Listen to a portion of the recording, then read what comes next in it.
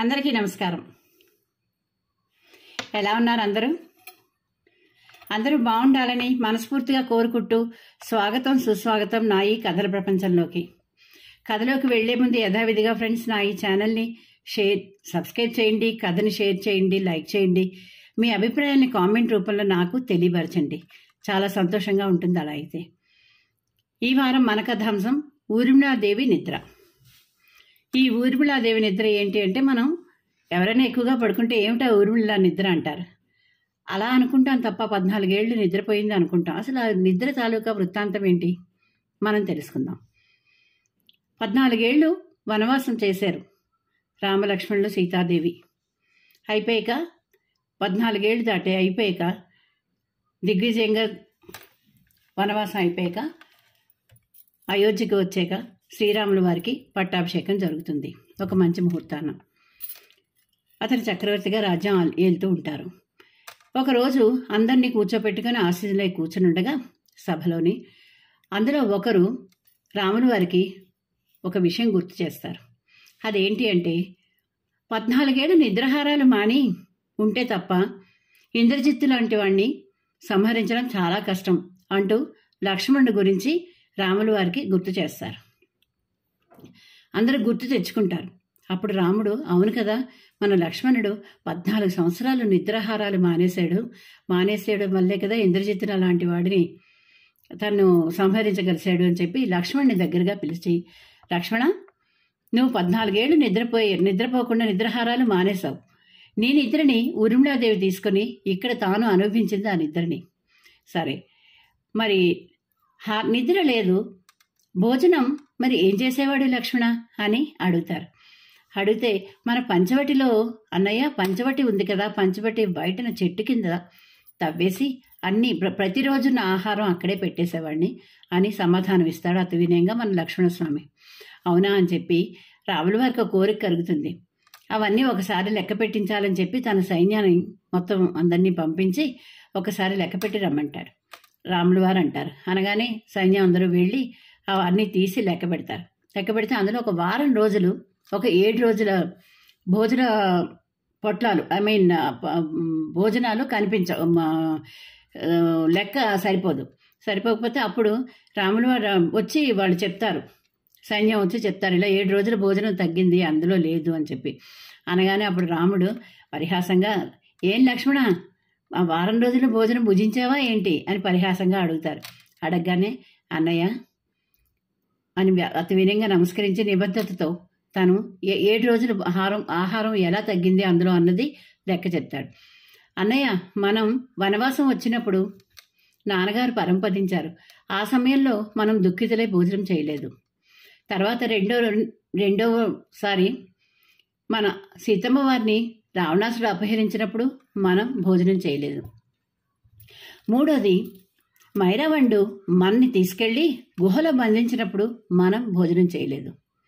నాలుగోసారి నేను మన ఇంద్రజిత్తు బాణానికి గురయ్యి మూర్ఛిల్లిపోయాను కదా, తర్వాత మన ఆంజనేయ స్వామిది సంజీవిని తీసుకొచ్చి నన్ను వెంటనే బతికించారు. తెలివి వచ్చినా సరే నాకెవరూ ఆహారాన్ని ఇచ్చే ప్రయత్నం చేయలేదు. ఆ రోజు భోజనం చేయలేదు.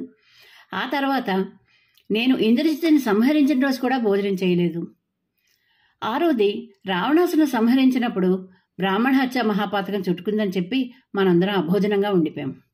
ఇక 7వది ఏంటి అంటే, లంకావాసులు రావణాసుడు పరంపదించడం దుఃఖంతో ఉన్నప్పుడు మన వానర సైన్యం మనం కూడా ఓదార్పు ప్రయత్నంలో వాళ్ళందరితో మనం కూడా ఉపవాసం ఉండిపోయాన్నయ్య అంటూ వినమ్రంగా నిబద్ధతతో ఆ లెక్కనంతా చెప్తాడు.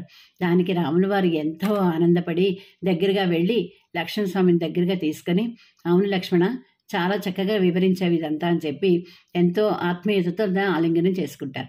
అయిపోయాక తమ్ముడి మీద విపరీతమైన అభిమానం పెళ్ళుబుతుంది స్వామివారికి. అదే సమయంలో ఊర్మిళాదేవి మీద కూడా అభిమానం ఒక అంటే ఎలాంటి పుత్రికా వాత్సల్యంలాగా కలుగుతుంది రాముల వారికి. కలిగి ఊర్మిళని పిలుస్తారు. అమ్మ ఊర్మిళ, ఏం లేదు, నువ్వు 14 సంవత్సరాలు నిద్రపోయావు మేము వనవాసం చేస్తుంటే. ఆ నిద్ర అన్నది ఎంత సహకారమో జనులందరికీ తెలీదు. నువ్వు అలా సహకరించబట్టే 14 సంవత్సరాలు నిద్రాహారాలు మాని లక్ష్మణుడు మాకు అన్నిట్లో అక్కడ తోడు నీడగా ఉండబట్టే మేము మాట తప్పకుండా వనవాసాన్ని పూర్తిగా చేసుకుని 14 సంవత్సరాలు చేసుకుని మాట తప్పకుండా వచ్చి మళ్ళీ రాజ్యాభిషిక్తుని అయ్యాను నేను. కాబట్టి ఈ రోజు నుంచి నువ్వు సీతారామ లక్ష్మణ సమేత నువ్వు కూడా మా పక్కన ఆసీనురాలువే ఉండాలని చెప్పి రాముల వారు ఊర్మిళాదేవితో అంటారు. అంటే ఆమె రాముల వారి పాదపద్మాలకు నమస్కరించి, ప్రభు, నాకు మీ పక్కన ఆసీనురాలే ఉండాలని లేదు, నాకు ఎప్పుడు మీ పాదపద్మాలనే ఆశ్రయించాలనుంది. కాబట్టి నన్ను ఏదో విధంగా ప్రసాద రూపంలో నిత్యం మిమ్మల్ని సేవించుకునే అవకాశం నాకు ఇప్పించండి ప్రభు అని దండం పెట్టుకుంటుంది వినమ్రంగా. అప్పుడు రాముల వారు ఏంటంటారంటే, తప్పకుండా నేను కలియుగంలో పూరిలో శ్రీకృష్ణుడిగా జన్మిస్తాను, నేను నాకు తోడుగా బలరాముడిగా లక్ష్మణుడు ఉంటాడు తోడు, అక్కడ విమలాదేవిగా నువ్వు వెలుద్దు గాని నాకు పెట్టే ప్రసాదాలన్నీ ముందుగా నీకు పెట్టి నీకు నివేదన చేసి ఆ ప్రసాదం నీ భక్తులకి పంచుతారు, అప్పుడు నువ్వు ప్రసాద రూపంలో ఉంటావు అని చెప్పి ఆ వరాన్ని ఊర్మిళాదేవికి మన రాముల వారు వరాన్ని ఇస్తారు. అప్పుడు ఎంతో ఆనందపడుతుంది. ఇప్పుడు మనకి పూరి ఆలయం బయట విమలాదేవి ఆలయం అని ఒక ఉపాలయం ఉంటుంది. ఆ ఉపాలయంలోనే స్వామివారికి నివేదించే ఆహారాన్ని, ప్రసాదాన్ని ఆమెకి ముందు నివేదించి ఆ తర్వాతే ప్రతి ఒక్కరికి భక్తులందరికీ ప్రసాదాన్ని పంచుతారు. అసలు పూరిలో సాధారణంగా 56 రకాల వైభవపేతమైన ప్రసాదాలు నైవేద్యం పెడతారని అందరికీ తెలిసిందే, అందరికీ విదితమే. అలాగే ఈ విమలాదేవి ఆలయం కూడా చాలా ప్రాచుర్యంలో ఉంది. అదండి ఈరోజు మన కథాంశం, ఊర్మిళాదేవి నిద్ర. అది ఏ విధంగా వరాన్ని ఆమె పొందింది అన్నది కూడా మనం ఈరోజు తెలుసుకున్నాం. వచ్చే వారం మరొక కథాంశంతో మీ ముందుంటుంది మీ వెంకట శ్యామలాదేవి. లోకా సమస్తాం సుఖినో భవంతు, విశ్వస్తు కళ్యాణమస్తు. మరి సెలవా.